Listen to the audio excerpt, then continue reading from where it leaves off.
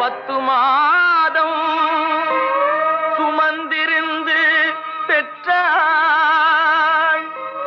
பகல் இரவாய் விழித்திருந்து வளர்த்தாள். வித்தகனாய் கல்வி பெற வைத்தாள். மேதினியில் நாம் வாழ செய்தாள்.